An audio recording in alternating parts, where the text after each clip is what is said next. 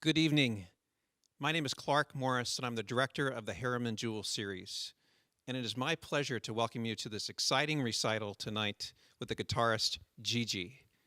We're coming to you live from the Parkway Room at the 1900 building in Kansas City. Our Discovery series is our effort to provide greater access to the arts for all people. We can do this thanks to the generous sponsorship of our friends Charles and Virginia Clark. Thank you, Charles and Virginia. After the performance this evening, we will have an opportunity to have a live audience conversation with Jiji, so submit your questions online and enjoy tonight's concert.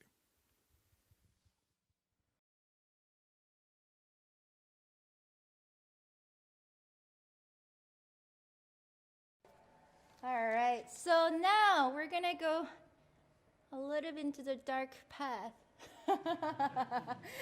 No, I mean, we just have to make sure we're getting the sound. Yeah. Not a dark path. Anything with the electronics, I think it's a good path, right? And this next piece is also very, very, very special to me. This also is part of my Unbound project, my album concept. And Chris is a great friend and a great colleague. And I remember when he handed me the music, and I just looked at it and I was like, wow, that's really difficult, right? And it looks, I don't know if it's possible, the tempo that he had. But I asked him for some, maybe we can change a few things and maybe, bring down the tempo a little bit, just a little bit. And then, he was quite firm, with his vision. He wrote this piece. I understand. I'm really glad that he stood on his ground, because then I went back, okay, all right, let's not, really think about guitar idiomatic techniques now. I'm gonna figure out how to make this work. And I think this piece has made me improve so much on the guitar. And I'm really, really glad that I was able to learn exactly how he visioned this piece. And that's just such an incredible and beautiful feeling. And I don't want to get too much into the details, but we did figure out which tempo we settled on. So maybe you can guess.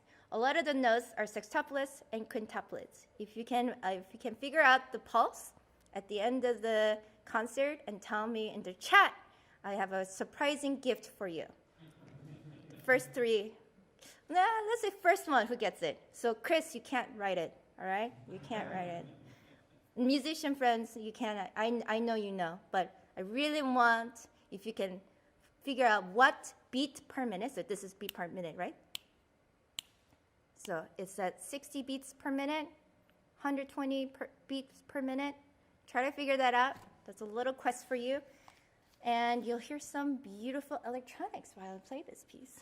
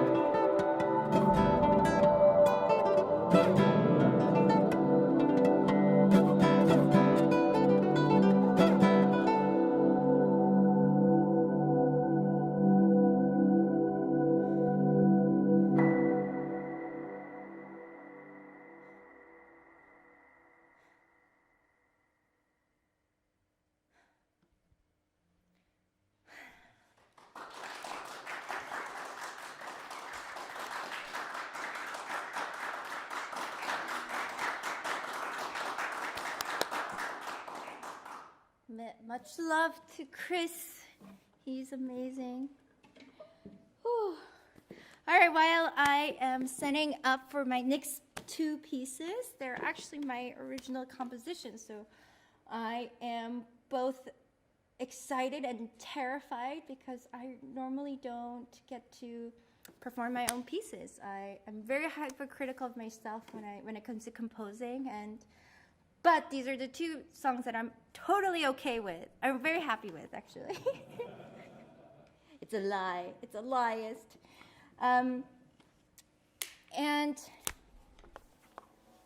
The first thing that I want to talk about, the piece Everyone Wants a Piece of You, and the inspiration that came with it. And I wonder if you all know Mickey Mouse and Pluto Adventures. So not just like straight up Mickey Mouse, it's like Pluto. And as a child, I remember this episode where Pluto invited all of his friends on his birthday party, and everyone was there to be happy, but they were really more excited about the games and the cake. It really wasn't there for Pluto.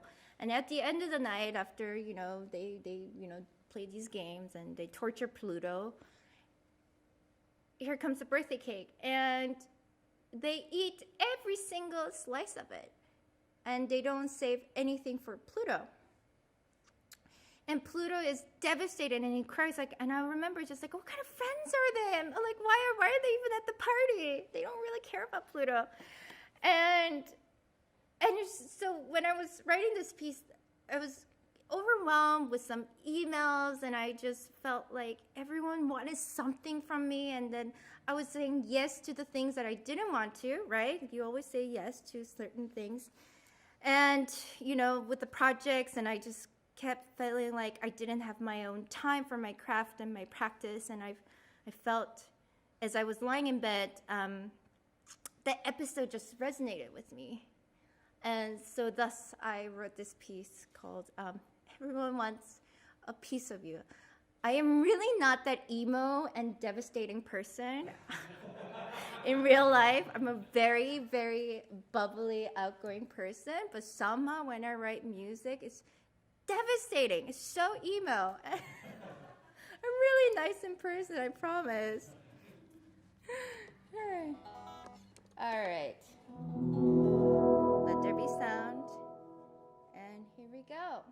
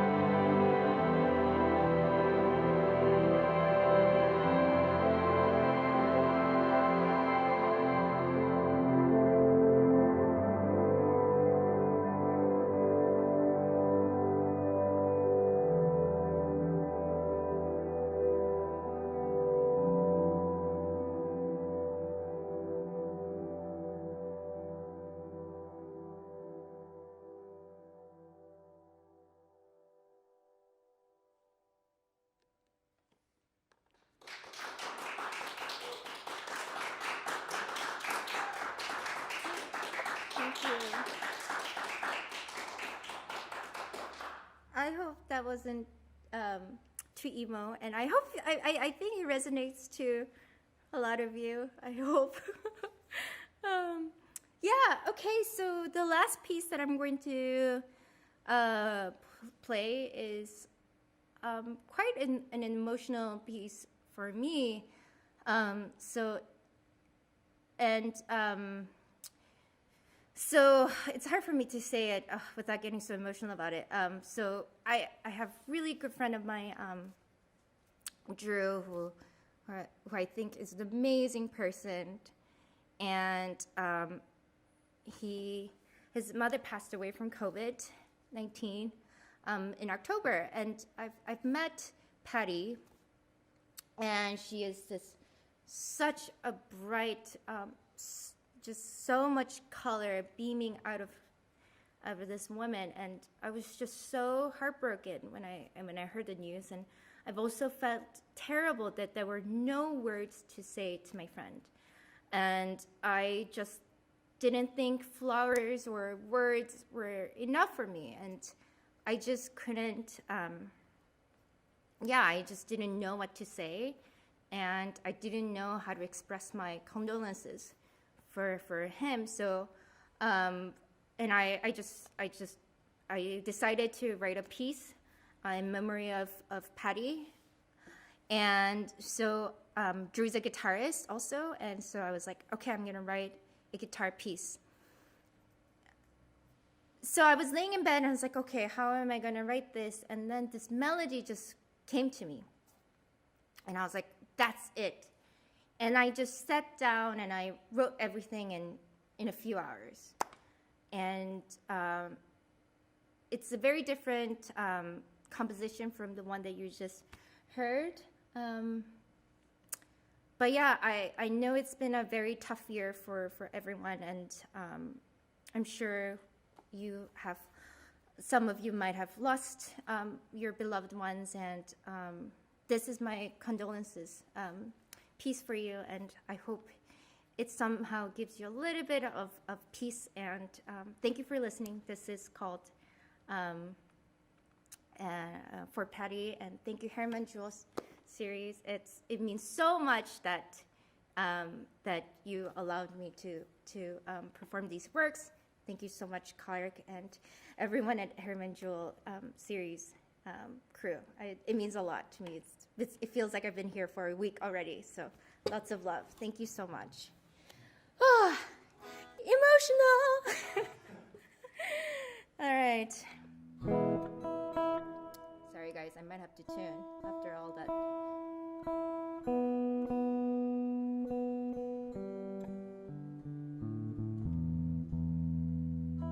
Great.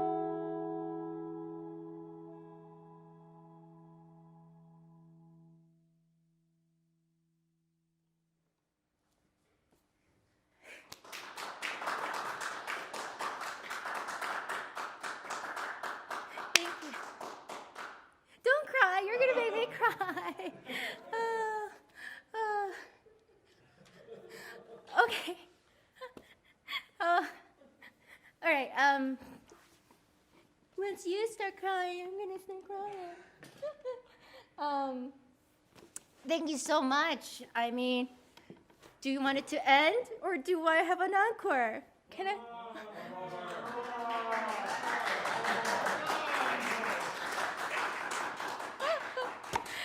All right, I heard the people of the internet. I felt it. Let's do a little mood change. How's that? So, the reason I became a disciplined artist, the reason that this fire fueled in me, it's because of an incident that happened when I was 9 years old, okay? So when I was 9, I had the aspiration, the dream to be the best classical guitarist, if that even exists, okay, for a 9-year-old. And I was obsessed with recordings and listening to music and albums and everything. And I was particularly obsessed with Roland Dian's Night and Day album, okay? And guess what? And I hear that he's coming to Korea to give a masterclass and a concert. I'm like, yes, of course we're going. And mother, I don't know what a masterclass is, but sign me up. And then, there was this piece that I wanted to learn and I wanted to play for him. It was called Tango in Sky, his composition. And, I am it's 2 months away, and I have this hopes and dreams and this, I was like, oh man, Roland is going to discover this, genius from South Korea, just, gonna take me to Paris, and I'm gonna eat all the baguettes and beurre. I don't know, is that butter, right? And croissants, and I was just like, I had this idea, I had this dream, and, and the day comes, I'm practicing every day, and the day comes, and I'm playing, and I'm like, yeah, this is going great. I sound awesome. What could go wrong, right? I don't know what it was, man. It could be that he didn't have his coffee, or it was the jet lag or something.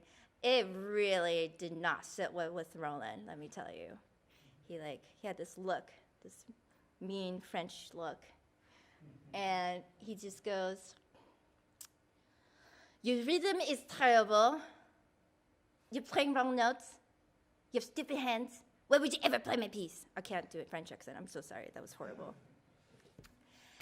So I am terrified, mortified, but my mother thinks it's so funny. I can see her in the back of the audience, and she's just taking photos of me. She's laughing. She thinks it's hysterical. Thanks, mother. So I go home, and I'm kind of angry. I'm like, oh my gosh, this guy doesn't know who I am. Huh. I'm Korean, so we're, if you ever seen Korean films, what do they all tell you? It's revenge, right? You don't back down. So I came up with an 18-year revenge plan every day. I dreamt of it, and I practiced really hard. Worked with the metronome, but he passed away before I could confront him ever. I had nothing to do with that. Please. Nothing. I had nothing to do with that. But I have to say thank you, Roland. I am so in awe of his artistry. I still really, really, really respect him as an artist. And he's an amazing, true teacher who taught me how to be disciplined and, and play the right notes, right?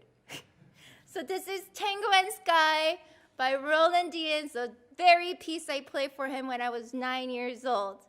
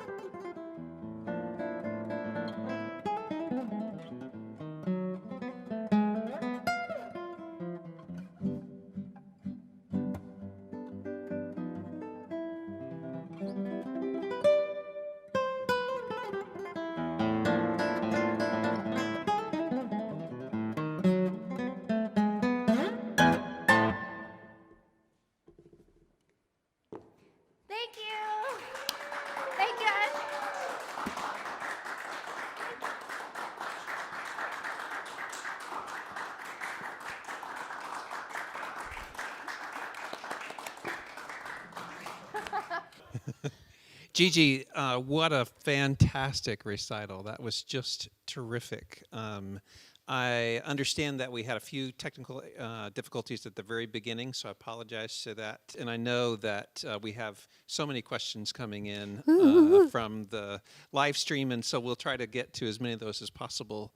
But to start, why don't you tell us about these two magnificent guitars? Yes, this is my goddess, my Fender Strat. It's been customized by an amazing bassist, Jack Fees in Connecticut. Yeah, he customized this for me because I told him like what kind of rep I was playing. So I told him there was this one piece that I have to do, a long whammy, like a whole tone down. So he built these like awesome whammy bars for me, and so it doesn't go out of tune. And I have my Barton here, and he is my double top guitar made by Gernot Wagner. So yeah, they're my favorite instruments.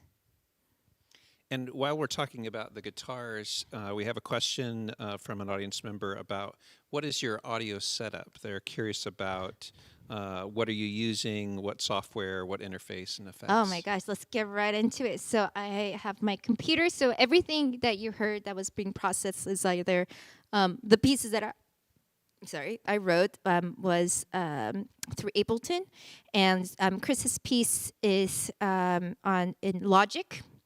And sometimes I use Macs. Folks like using Macs, and I have a Focusrite that receives my guitar signal, right, audio signal into the preamp. Then it feeds into my laptop to those audio softwares, the DAWs, and then it goes back out to the output. So that's my setup. Yeah. So the audience would also like to know what was your inspiration to pursue the guitar and which other artists inspire you? Oh, I love that question. So yeah, when I started guitar, it was because my parents, well, my dad really, he was trying to like inspire me to become a musician, and he was purposely finding the great guitarists like Jimi Hendrix, Eric Clapton, and Richie Blackmore from Deep Purple. And I just grew up, Santana. I was like watching these like great guitarists, and I was like, I want to play electric guitar. And they never bought me an electric guitar. Isn't that funny? And like they're the one who lured me into that music world, and they never bought me an electric guitar. I bought my own. You know, I had to save my money and buy it. Yeah. Too loud. Too loud. It was too loud. They said it was too loud. And I was like, what about the times we were like blasting out in the apartment listening to these great musicians?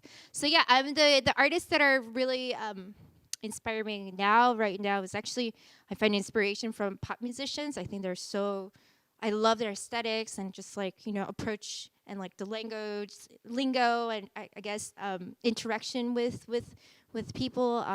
Charlie XCX is my favorite. I think she's so cool. And A.G. Cook from PC Music label, I think they're super cool. And yeah, Ben Frost is actually acoustically, I find inspiration from his like loud emotional music. Yeah.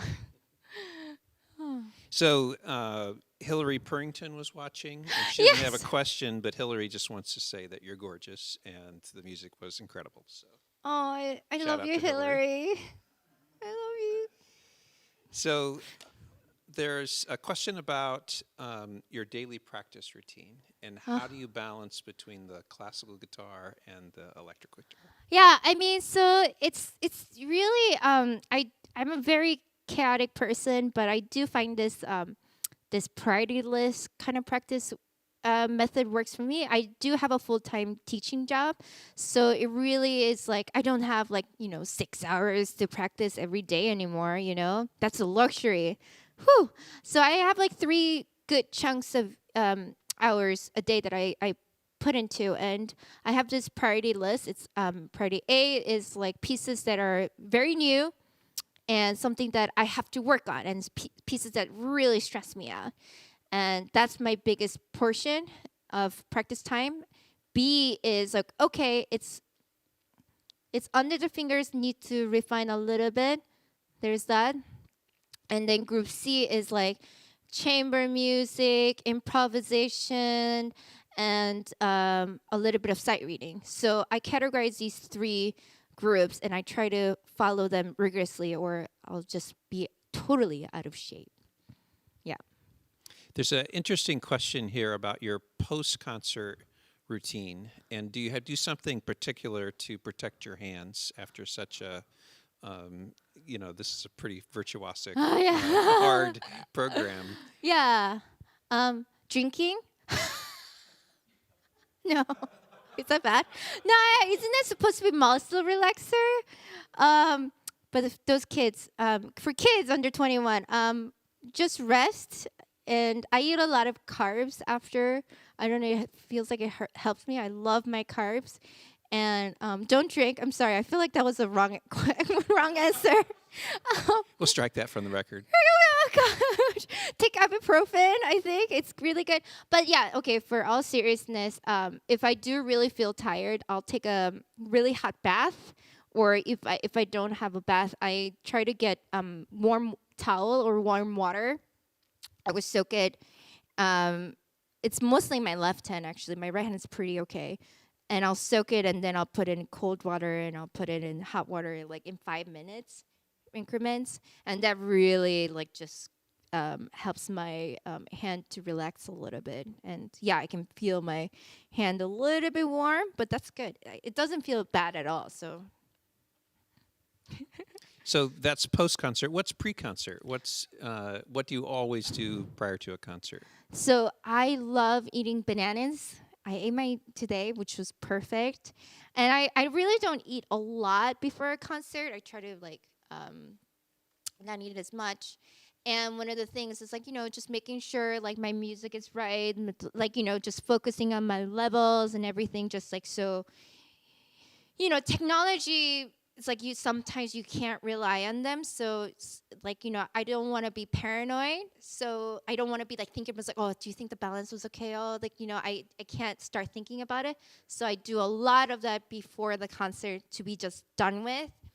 And then once I feel good, I do some breathing exercises before playing, because it just kind of helps me like really calm and just like deep breaths and just, that's that. And eat a banana. Yeah. And makeup. I always put it takes me like 30 minutes to do my makeup. So that helps me. That calms me down too. Great. And what if you can't find a banana? Oh no! We cancel. We the cancel the concert? whole thing. We're Okay. done. No, All no, right. no. I mean, there's always a banana. That's right. There's always a banana somewhere. So another one of our audience members is curious about what kind of guitar strings that you use. The one and only Dario, my sponsors. they're the best. These ones are Dynacore, medium tension, and these are half wound. Oh, I can't remember what gauge they are, but yeah, all Dario. I'm a Dario girl. Yes. So here's a great question about how does your process differ for a virtual live stream concert rather than typical, in-person performance? Well, that's a great question. Yeah. So actually, right now in my space, the reason I kind of wore my headphones was so I can get the experience of being in the room. Right now, a lot of the times what happens is that when it's being processed, it goes directly to you, not in the space. We're not trying to capture the sound from the space, just the process music. I mean, you were hearing the acoustic music from these mics, the room sound too. But yeah, sometimes it's kind of hard to gauge like the level of the output. But I have an amazing audio crew here, so I totally trust them, and it's just kind of like the only difference is like I don't know what it's gonna sound to you, but I kind of have an idea what it's gonna sound. So it's a mix of everything. I hope that makes sense. So one of your listeners tonight was, when listening to your original compositions, your last two pieces, it really reminded them of music that might be work for a movie score. Aww. So they asked, have you ever thought about scoring for a film? I mean, hit me up, film score. Like, yeah, give me some film scoring gigs. Yeah, I'm totally into it. Yeah, call me. Okay, give her a call. And someone is curious about how you ended up at ASU, your faculty position. Yeah, it's really cool, actually. So I was doing my thing. I lived in a closet that I overpaid for in really East Brooklyn. You know, and I was gonna do the thing. I was gonna do the whole freelancing Brooklyn thing, and and I got this phone call. It was a really weird phone call. He's like, "Hello, we're at ASU, and I was wondering if you would be interested in this faculty job at ASU." And I was like, "What? How did you get this number?" And I remember being like, "Oh yeah, I'd be totally into it." And the really exciting thing is that I wasn't sure how the school was gonna feel about my setup. You know, like, you know, when we say classical guitar, they have a classical guitarist, you know, that repertoire in their mind. So, you know, I was doing a little bit different. So I wasn't really sure if they were going to be into it. So when I went, and the feedback was so awesome. And they were just like, yeah, you can do whatever you want. You can do like all this music and we'll like back you up. And I was like, yes, I'm coming here. Hello. Bye, Brooklyn. I'm a Arizona and I love it. And it's just gorgeous place. And like these plants, man, these plants in the desert, they're like alive. You know what I mean? There's no water. It's no water. They get rained once a year. And it's just like, oh, I love it. I'm a desert person right now. It's like totally into it. Yeah. Well, they're into you, and our audience is into you as well. They love Yay! your concert. There's so many questions here, we can't get to them all. But there is a question about if you could play any other instrument besides guitar, what would you like to play? I love to play viola da gamba. Oh my gosh. Jordi Savall is he's my hero. And yeah, I would love to play like a sustaining bold instrument because, you know, one thing that I get frustrated is like the guitar is like too percussive, and I want to sustain sounds. Sorry. I'm being really silly right now. I'm just, after the concert, I feel very like hyped up. So sorry, audience members. No, you've given us a lot of time after a fabulous and what must have been draining No, I'm actually recital. really great. It was fantastic. So, okay, so we've got another question here. I don't know that I understand this question, but do you listen to Girl in Red? Does that mean anything to you? What? What do you mean, girl in red? Oh, Oh, super cool. No, do you think it's cool? Can you let me know in the comments? Should I check them out? And then I so will.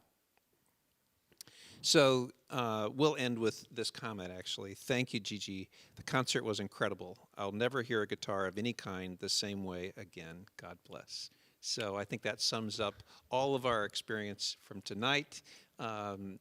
On behalf of the Harriman-Jewell series, thank you for coming Thank to you so Kansas much. City and giving us this incredible gift, which is going to live on for a long time. So Thank you so much. we were thrilled to everyone. bring you, and we wish you all the best. Thanks, Jiji. Thank you. Good night.